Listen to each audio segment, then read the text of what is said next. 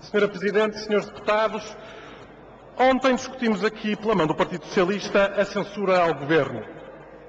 A intenção de derrubar o Governo estava derrotada à partida, mas o debate serviu para perceber que o discurso do Partido Socialista está cheio de um vazio, de alternativas políticas concretas que não saiam do plano das intenções.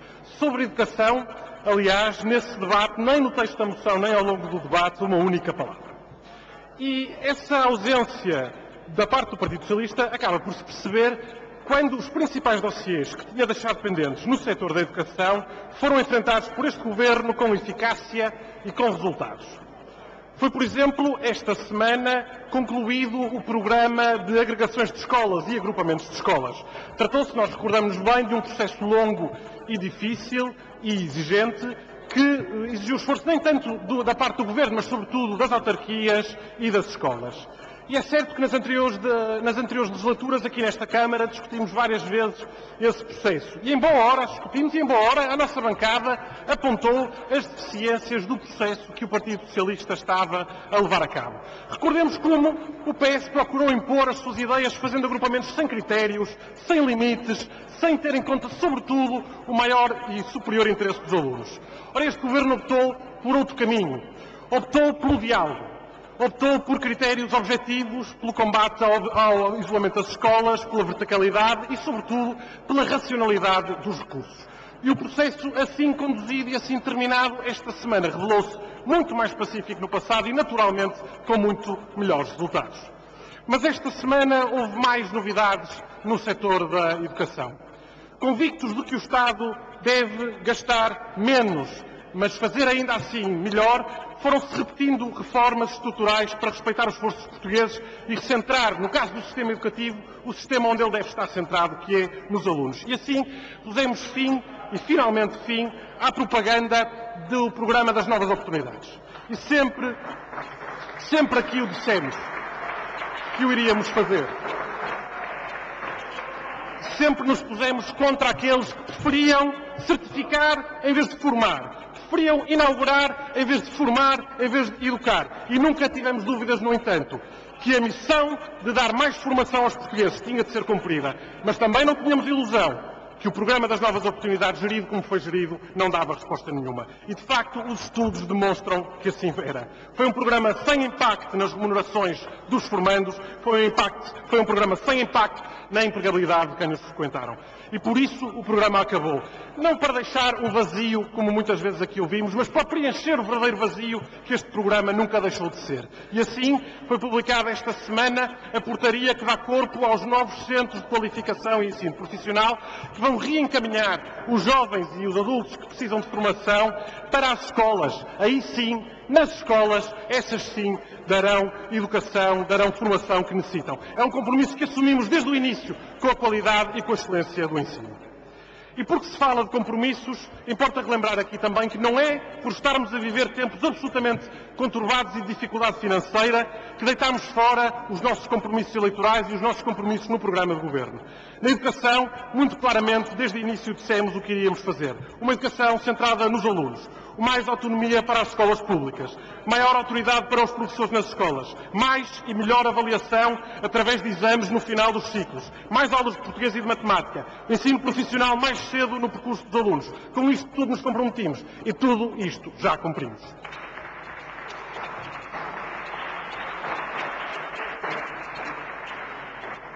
Colocámos, Sra. Presidente, os alunos no centro das políticas. Fizemos uma revisão curricular que reforça as disciplinas estruturantes e dá mais autonomia às escolas. Trabalhámos no novo Estatuto do Aluno, que reforça a autoridade dos professores e responsabiliza mais os alunos. Introduzimos uma maior diversidade na oferta educativa com o ensino vocacional e com o ensino dual. Implementámos, no fundo, a nossa visão para recuperar o ensino, cumprindo estritamente os compromissos que constavam nos programas eleitorais dos dois partidos da maioria.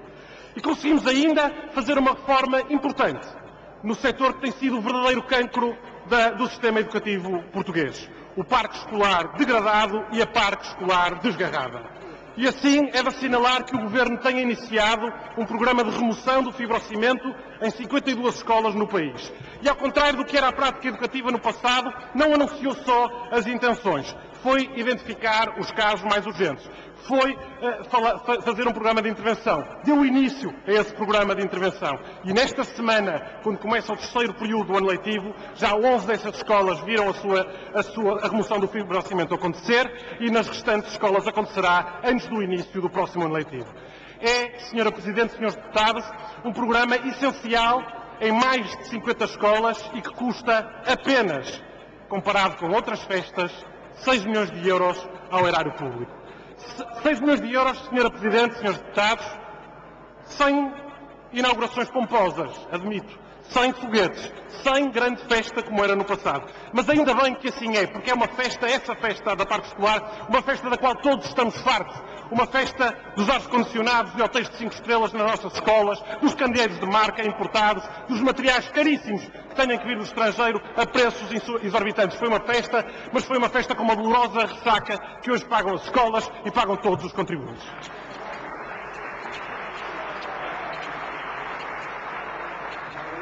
E assim, Sra. Presidente, com respeito pelos contribuintes e respeito pelos alunos, conhecemos bem a matriz do Governo no setor da educação.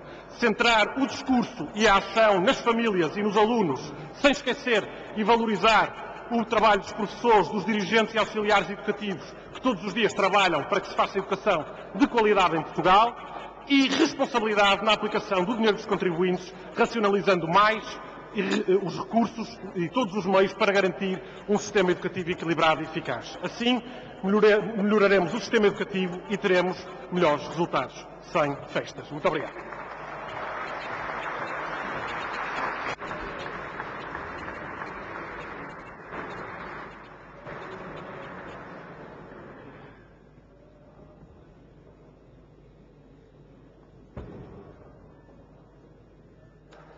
Sr. Deputado Michael Zoifert tem 4 perguntas dos Srs. Deputados Acácio Pinto, PS, Rita Rato, PCP, Ana Sofia, PSD, Luís Fazenda, Bloco de Esquerda. Ana Sofia Betancourt, não tinha acabado de escrever e não acabei de ler. E não sei como é que o Sr. Deputado responde em grupos de 2. Sr. Deputado Acácio Pinto tem a palavra. Sra. Presidente, senhoras e senhores deputados, quero saudar o Sr. Deputado Michael Zoifert pelo debate que hoje aqui proporciona e dizer-lhe o seguinte para começar. Sobre a coerência do CDS, nós estamos conversados. O tal partido dos contribuintes, o tal partido que se opunha ao aumento de impostos, sobre isso estamos completamente conversados, Sr. Deputado.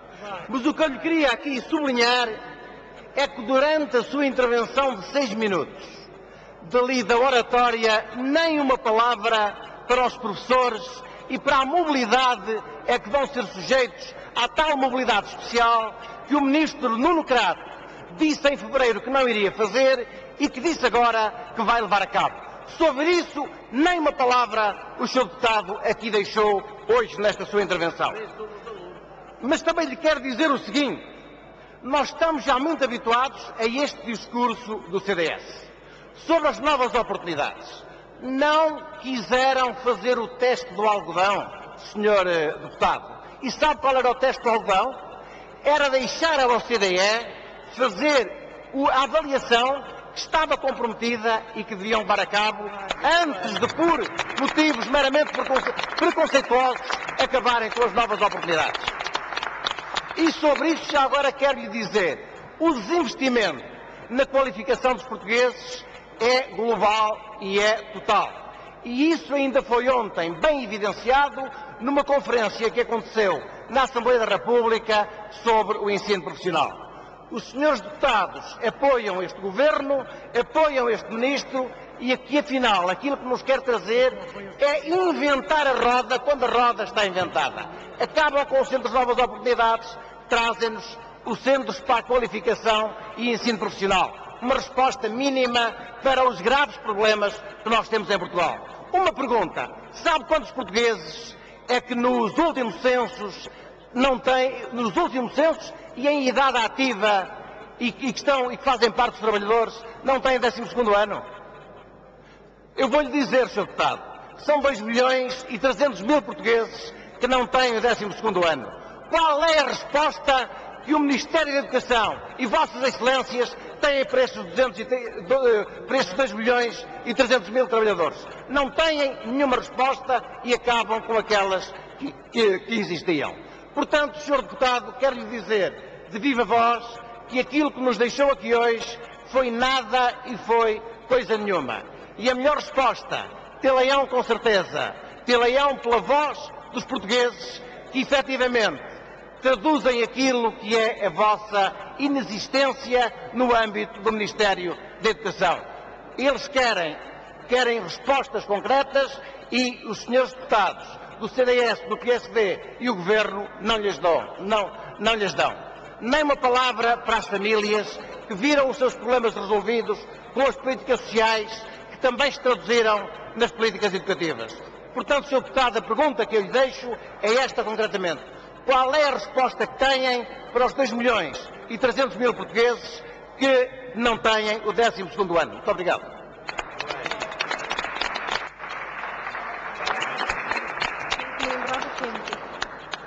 Senhora Deputada Rita Rato, PCP, faz favor. Obrigada, Senhora Presidente. Senhores deputados, Senhor Deputado Michel Seifert trouxe aqui as matérias de educação e bem, porque os problemas com que hoje a escola pública está confrontada são muitos e merecem, de facto, discussão, reflexão e propostas alternativas a este caminho a que a escola pública está a ser sujeita de ataque e desfiguração do seu papel.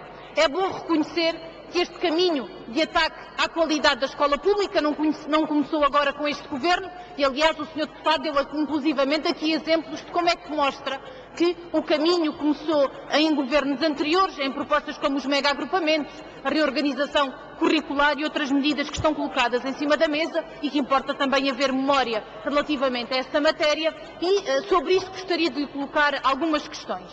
Relativamente aos mega-agrupamentos, que foi uma medida que o anterior governo do PS começou, quando o CDS estava na oposição, apresentava projetos de resolução para suspender os mega-agrupamentos. Quando chega ao governo, começa a desencadear uma política contra tudo e contra todos de alargamento dos mega-agrupamentos. Eu vou-lhe dar aqui só 2 exemplos de Leiria e de Braga, onde não houve um único parecer favorável à constituição do mega-agrupamento. Eram escolas que tinham projetos educativos autónomos e importantes, mas que o mega-agrupamento destrói e coloca ingerível uma instituição com mais de 3.000 alunos. E, portanto, aqui está uma prova de como é que os mega-agrupamentos não são feitos com vista à melhoria da qualidade pedagógica, mas têm em si objetivos economicistas e programáticos de destruição do papel da escola pública e despedimento de professores, de funcionários e de psicólogos. Porque o que nós temos aprendido com os mega-agrupamentos é que numa escola onde existia um psicólogo, quando acontece um agrupamento de escolas, esse psicólogo passa a repartir-se por todas as escolas do agrupamento. E se nós temos hoje já problemas gravíssimos relativamente à falta de professores, à falta de funcionários, à falta de psicólogos, o mega-agrupamento é bem um exemplo de uma medida que não vai melhorar em nada a qualidade da escola pública e serve exatamente para isto, para fazer dos trabalhadores da escola pública gato de sapato, para que se faltar um funcionário numa escola, tenha que ir o funcionário da escola que está a quilómetros de distância, sem que sejam garantidas estas condições de trabalho e que sejam, sobretudo, garantidas as necessidades permanentes com funcionários nas escolas. Importa também aqui dizer relativamente ao que o Sr. Deputado colocou, de ter colocado os estudantes, deste Governo ter colocado os estudantes no centro da sua política, isso não podia ser mais falso. Porque, de facto, este Governo continua a agravar a discriminação dos estudantes do ensino profissional no acesso ao ensino superior. Não garante as condições de igualdade dos estudantes do ensino profissional, porque no seu currículo, que é profundamente desvalorizado, não lhes permite, por exemplo, ter disciplinas que vão ser imprescindíveis para o seu acesso ao ensino superior. Este Governo acabou com o passo 418, acabou com o passo sub-23 e hoje qualquer criança de 4 anos paga o mesmo de passo que paga o seu pai ou a sua mãe. E isto é insuportável, sobretudo em famílias com mais filhos e em filhos em idade escolar, é também, e nós entendemos, muito negativo. E é por isso que lhe deixamos aqui um apelo. E o Sr. Deputado falou nesta matéria, mais uma vez, da parque escolar, e nós, mais uma vez, dizemos o que andamos a dizer desde que esta empresa foi criada. Este Governo já tem bem o exemplo de como é que a parque escolar não dá resposta à falta de condições materiais das escolas públicas. Porquê é que não extinguem a parque escolar? Porquê é que não acabam com a parque escolar? A parque escolar é bem um exemplo de servidor de recursos públicos que o Ministério da Educação todos os meses transfere uma fatia para as escolas, mas diz que aquele dinheiro não não pode ser aplicado na contratação de mais professores, diz que aquele dinheiro não pode ser aplicado na contratação de mais psicólogos, diz que aquele dinheiro não pode ser aplicado na contratação de mais funcionários. Aquele dinheiro é para transferir uma renda fixa para a Parque Escolar. Aliás, a Parque Escolar é bem uma parceria público-privada iniciada pelo governo PS, mas que o PSD-CDS insiste em manter. E é bem aqui um exemplo de que nós continuamos a dizer. As medidas em curso não têm como objetivo a garantia da qualidade da escola pública, muito pelo contrário. Colocam em causa o seu papel, conforme está consagrado na Constituição e na Lei de Bases do Sistema Educativo. Para terminar, Sra. Deputada. Termino já, Sra. Presidente, e é por isso que continuamos a dizer e a denunciar o conteúdo de cada uma destas políticas e a exigir uma política educativa alternativa.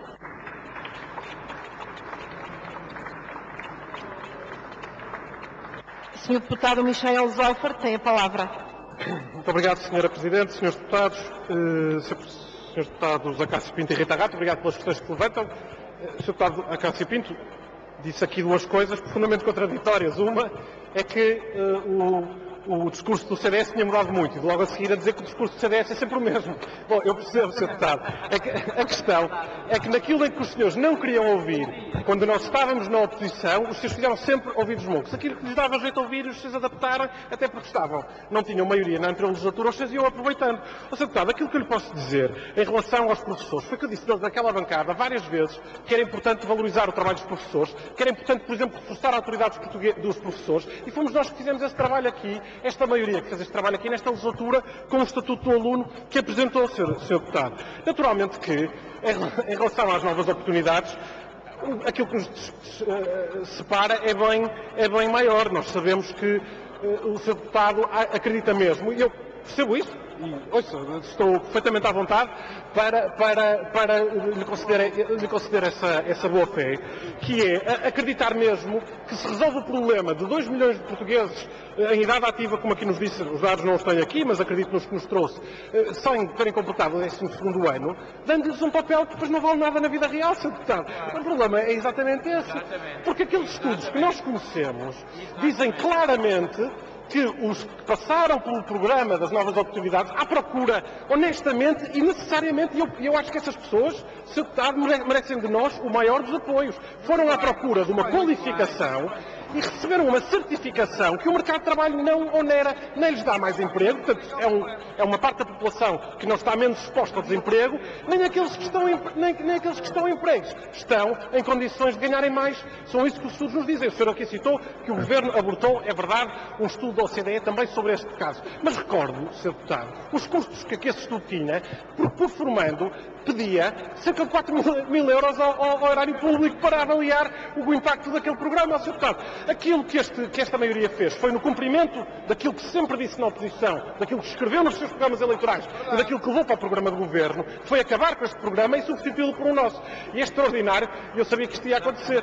O Sr. Deputado aqui veio dizer que este programa agora reduz-se ao mínimo, porque eu já tinha ouvido o Partido Socialista a dizer que as novidades que nós tínhamos introduzido na portaria em relação aos centros de qualificação era para mudar de nome e ficar tudo igual. Ao menos aqui reconheceu o Partido Socialista e o Sr. Deputado que se reduziu aquilo que era preciso reduzir, porque, Sr. Deputado, o que estes centros vão fazer é pegar nos qualificantes, naqueles que se querem qualificar, e vai olhar para o percurso de vida deles, olhar para o currículo deles e dizer-lhes: o vosso melhor percurso é nesta escola profissional, é aqui no ensino secundário, é aqui no Politécnico, e fazer verdadeiramente um encaminhamento, que era isso que as novas oportunidades não faziam.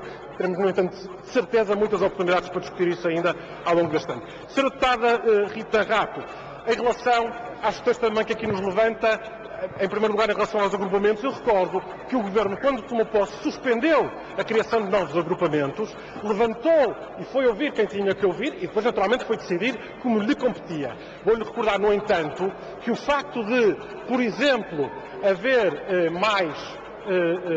os agrupamentos estarem agregados de uma forma a melhor garantirem a eficácia dos recursos públicos, garante também que os alunos ficam menos tempo sem aulas, que os alunos fiquem menos tempo sem psicólogos, por exemplo. Aliás, foi este Governo que colocou este ano os psicólogos nas escolas o mais cedo dos últimos anos em relação ao ano letivo, que é com certeza uma boa notícia. Em relação à parte escolar, eu sou Sra. Deputada, o Partido Comunista Português sempre defendeu a extinção da empresa e nós também, a convir, na oposição, nunca nos associámos a isso. Porque o problema, Sra. Deputada, diria eu, não é em relação a ser ser uma empresa, uma direção-geral ou alguma dependência diretamente do Ministério da Educação. O problema da parte escolar, Sr. Deputado, é claramente a megalomania. Repare que este Governo pegou em 6 milhões de euros e retira o fibrocimento em 52 escolas no país inteiro. Bastava uma única obra da parte escolar custar menos um bocadinho, que estes 6 milhões de euros já podiam ter sido aplicados há 1 ano, há 2 anos, há 3, há 4 anos atrás, e não expor os nossos jovens ao fibrocimento e a essa substância. O problema não é ser empresa, ser direção-geral ou ser instituto público. O problema é a ação e as políticas megalómanas que custaram e continuam a custar, tem toda a razão, ao erário público e ao orçamento das escolas, milhares e milhares de euros todos os anos, porque se criou uma dívida que agora, para abater, como muitas outras dívidas que se criaram, vamos ter muitos anos para pagar, infelizmente. Muito obrigado.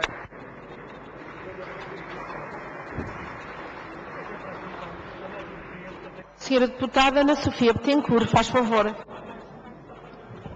Senhora Presidente, senhoras e senhores deputados. Senhor Deputado, queria agradecer-lhe o facto de ter trazido aqui este tema tão importante para o futuro de Portugal hoje aqui. Pena é que os deputados da oposição não tenham estado à altura do debate e do tema que hoje nos traz. A política que hoje aqui travamos, o desafio que hoje temos presente em face das circunstâncias excepcionais em que Portugal se encontra, incumbe a cada um de nós a máxima responsabilidade. A área da educação é central no desenvolvimento que Portugal quer ter. Fala-se e falou hoje aqui o deputado Acácio Pinto sobre as novas oportunidades e o teste de algodão. O teste de algodão estava feito, não era reconhecido pelo mercado, não era reconhecido pela ação profissional. Esta realidade não precisava de mais análise, é um facto. E este Governo visa, com estas medidas, resgatar esta oportunidade. Dizer nova oportunidade é isso mesmo. Não é fingir que a estamos a dar, é dá-la efetivamente às pessoas. Valorizar aquilo que é o seu desenvolvimento pessoal é importante, mas é importante também que tenham uma ferramenta para enfrentar um mundo cada vez mais competitivo. Nós somos pela escola pública necessariamente. A nossa ação tem sistematicamente provado. A escola pública não tem de ser necessariamente exclusivo do público. E essa é que é a medida. O mundo mudou, Portugal tem que mudar. E estes discursos que podiam ser hoje travados aqui, numa realidade que não tem em conta os últimos desenvolvimentos, que infelizmente Portugal teve que atravessar, este discurso, dizia eu, é igual há 10 anos. Na realidade, o país não merece este tipo de intervenções da bancada da oposição.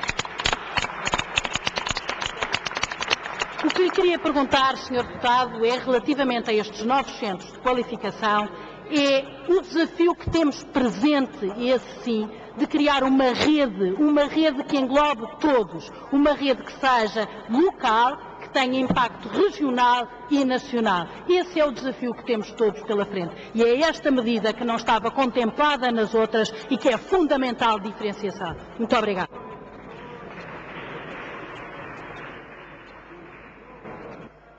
Para uma pergunta ainda, tem a palavra o Sr. Deputado Luís Fazenda. Bloco de Esquerda, faz favor. Senhora Presidente, Sr. Deputado Michel Zoifert, dei comigo a pensar quais seriam as trombetas que se iriam anunciar numa intervenção do CDS sobre educação. Mas, afinal, a expectativa não foi coroada de sucesso. O Sr. Deputado trouxe aqui os mega-agrupamentos, triste história. Há 2 dias estivemos num colóquio da FENPROF e ouviu, como eu, o professor Mário Nogueira contar exemplos de escolas, de unidades de mega-agrupamentos, de mais de 1000 alunos, em que o coordenador tem 8 horas de redução do horário para gerir uma instituição com mais de 1000 alunos. Portanto, eu acho que isso dá bem a medida não só da hipercentralização, não só do distanciamento das várias unidades, que chega a ultrapassar 30 quilómetros, não só a concentração absurda de mais de 4000 estudantes de várias escolas com projetos educativos completamente diferentes, mas dá bem a realidade do que é, e a realidade do que é uma colossal poupança de custos que é feita à custa dos mega-agrupamentos e não mais. Não há um pingo de pedagogia, não há nada que tenha a ver com o acesso dos cidadãos à educação, há uma forma de fazer cortes orçamentais ou poupanças orçamentais, na linguagem magnânima do Governo. Depois vem-nos falar dos CEPs, dos Centros de Qualificação, que vêm a suceder aos Centros Novas Oportunidades. Na verdade, ainda ontem, aqui na Assembleia da República, nós ouvimos o estado da arte em relação ao ensino dual, que vai ser mesclado com estes centros de qualificação. O que é que acontece na experiência piloto? Temos 3 escolas em experiência piloto e ouvimos ontem aqui alguém que pedagogicamente nos dizia, mal, que há capacidade para fazer o regresso ao ensino regular, que há permeabilidade. Porquê? Porque com uma formação geral de apenas 40%, se quiser candidatar-se a exame de português e de matemática no novo ano, pode voltar ao ensino regular. Bem, isso é dar a oportunidade de fazer os 100 metros a um coxo. Não tem qualquer possibilidade de competir nessas circunstâncias. Não tem possibilidade de competir nessas circunstâncias. É uma falsidade, é mirífico, é ilusório que esses alunos possam vir a ter permeabilidade em relação ao ensino regular. E, portanto, há aqui uma elitização e um afastamento, que já tem um vício à partida, que é o castigo pela repetência. E, portanto, essa seleção precoce corresponde a uma seleção social e a uma opção clara, ultraconservadora, da parte do Governo e da maioria. Mas isso é sobre o ensino dual, que ainda é ele próprio apenas uma ideologia. Não tem projeto, não está concretizado, não se sabe onde vai acontecer e, portanto, talvez seja um pouco prematuro anunciá-lo com tanto estrondo. Agora, os próprios centros, dir-me ao Sr. Deputado, quando arrancam, aonde arrancam, o que vão fazer, como é que vão selecionar as entidades privadas, não formam, que tipo de contratos vão ter com as entidades formadoras, qual é a sua correlação entre adultos e não adultos, porque passa a ter não adultos e passa a ter esta interseção. Quando é que vêm os fundos europeus das perspectivas financeiras 14-20 para isto? Em que ano? Enfim, não será um pouco prematuro para o CDS anunciar o funcionamento dos SCEPs quando ainda não se sabe absolutamente nada acerca disso? Muito obrigado.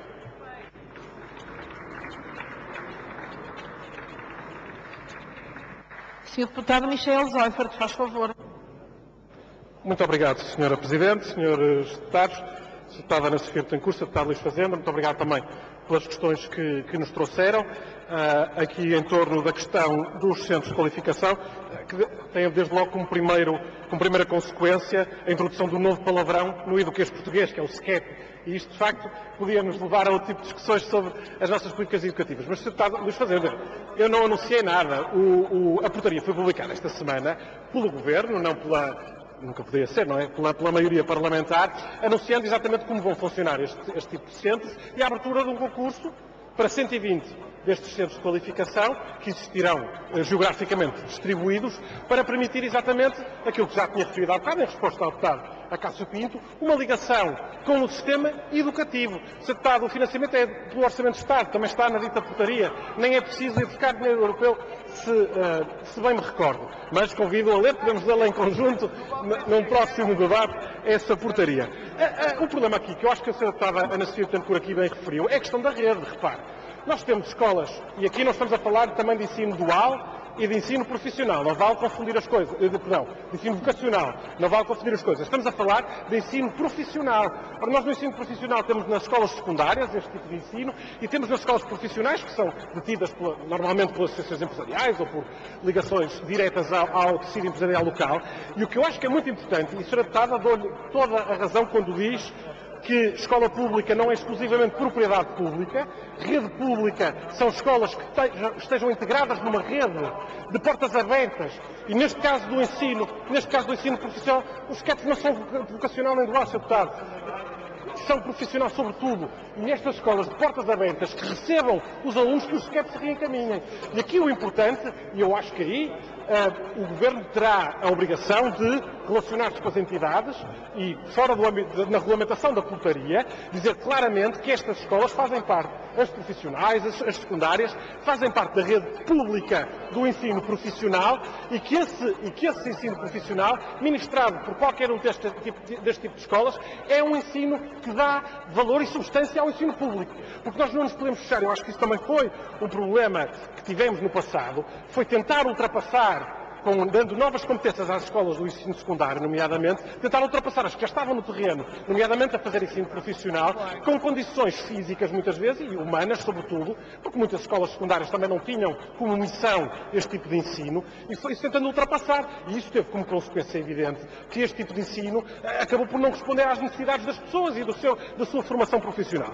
Falou o Sr. Deputado Luís Fazenda também da questão dos agrupamentos. Ora, aí levanta também uma questão muito importante, e que é a questão dos percursos educativos e a questão dos projetos educativos de cada escola. Porque uma das razões para se agrupar, nomeadamente verticalmente as escolas, portanto, ter uma escola primária ou várias associadas às escolas do segundo e terceiro ciclo e às escolas secundárias, é permitir que haja, nem que não haja o mesmo percurso educativo e projeto educativo, que não tem que haver, mas pelo menos haja um conhecimento daquilo que é de esperar dos alunos quando progridem dentro do sistema educativo. Portanto, um aluno que sai da escola primária, vai para a escola do ensino básico, segundo e terceiro ciclo, depois chega para a secundária e os professores já conhecerem e poderem, aliás, ter canais de comunicação internos para comunicarem problemas que aconteciam para trás. E não é exclusividade de haver agrupamentos, Sr. Deputado, haver escolas com mais de 1000 alunos. Já havia centros escolares, continua, desde logo a haver, edifícios que albergam mais de 1000 alunos.